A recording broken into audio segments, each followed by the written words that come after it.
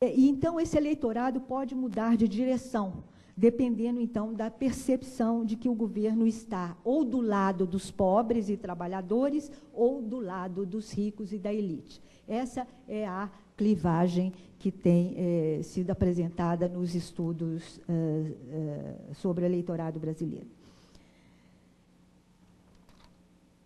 Há uma novidade, não é? Então, mas só para afirmar, eu queria ser bastante clara, para afirmar a esse público o seguinte, que é imensamente maior o número, se nós pensamos, por exemplo, o número de prefeituras no Brasil, é imensamente maior a presença da política tradicional, da política que se manifesta através da intermediação de interesses de tipo clientelístico, né?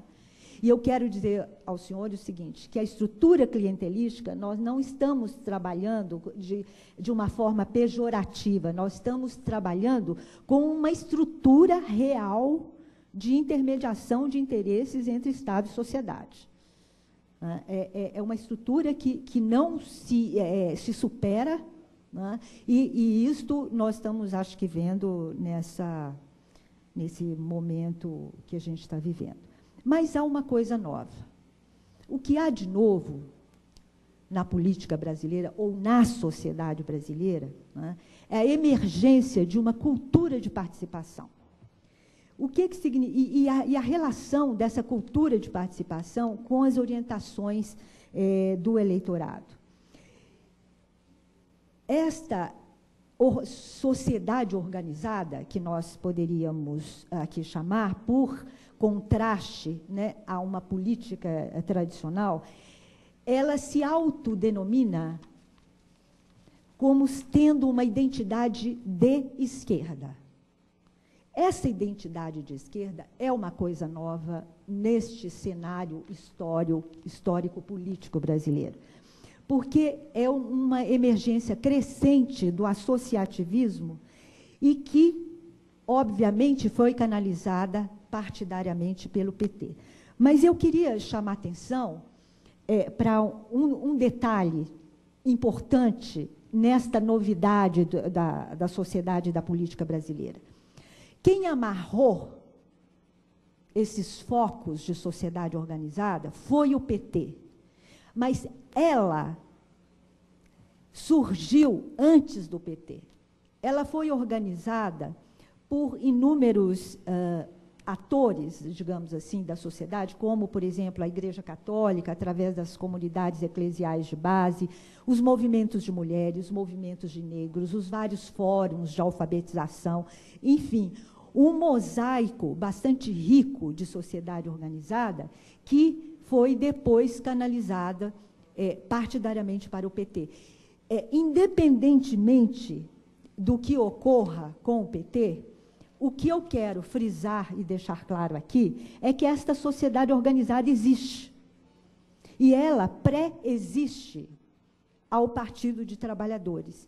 E, inclusive, ela é uma forma de participação não eleitoral que tem um caráter de formação completamente diferente de tudo que nós vivemos antes na nossa história política, pelo seguinte: para que uma sociedade organizada emerja, esta cultura de participação emerja, ela tem que construir identidades coletivas.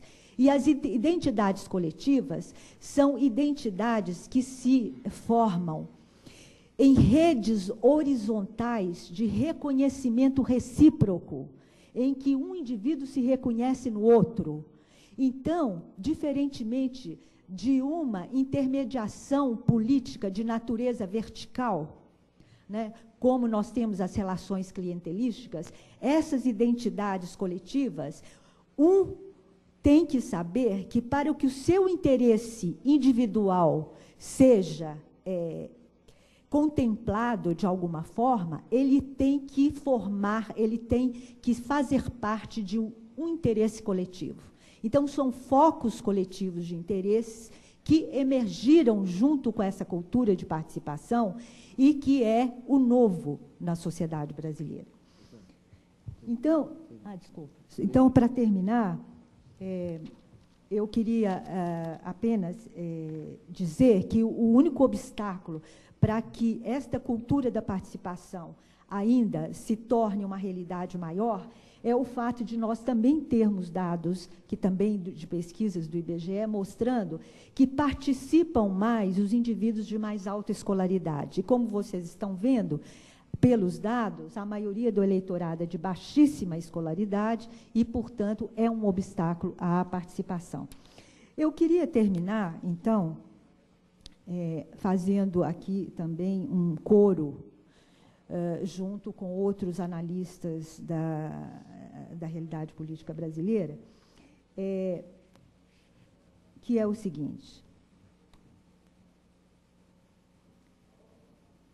por que nós temos ainda, não conseguimos, por exemplo, no âmbito de uma reforma política, um arcabouço eleitoral que leve a uma relativa igualdade de ser votado, né, não de votar, mas de ser votado nesse quadro eleitoral brasileiro?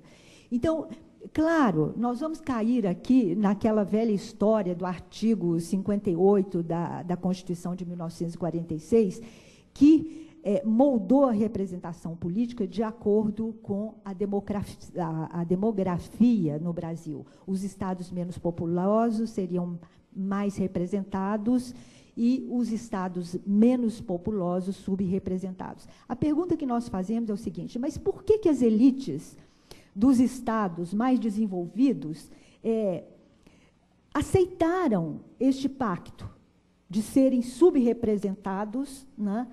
Então, a resposta, eu acho que está hoje tão clara, apesar de ter ocorrido em 1946, é que as elites dos estados mais populosos e mais desenvolvidos legaram poder legislativo aos estados mais atrasados, porque, fazendo um pacto juntos, eles evitavam a emergência dos segmentos, segmentos urbanos emergentes, né, que estavam surgindo com a modificação da estrutura social em decorrência da industrialização brasileira. Então, eu acho que aqui é uma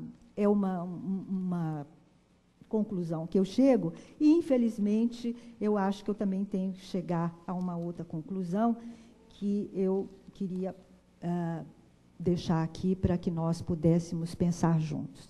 Eu não tenho mais dúvida nenhuma de que, para pensarmos a situação política brasileira, a reforma política, nós temos que admitir o fato de que a sociedade brasileira é uma sociedade de castas.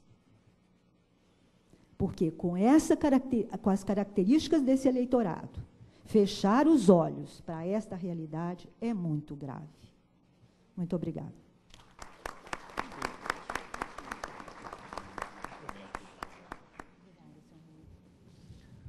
Agradecer à professora Lúcia Velar.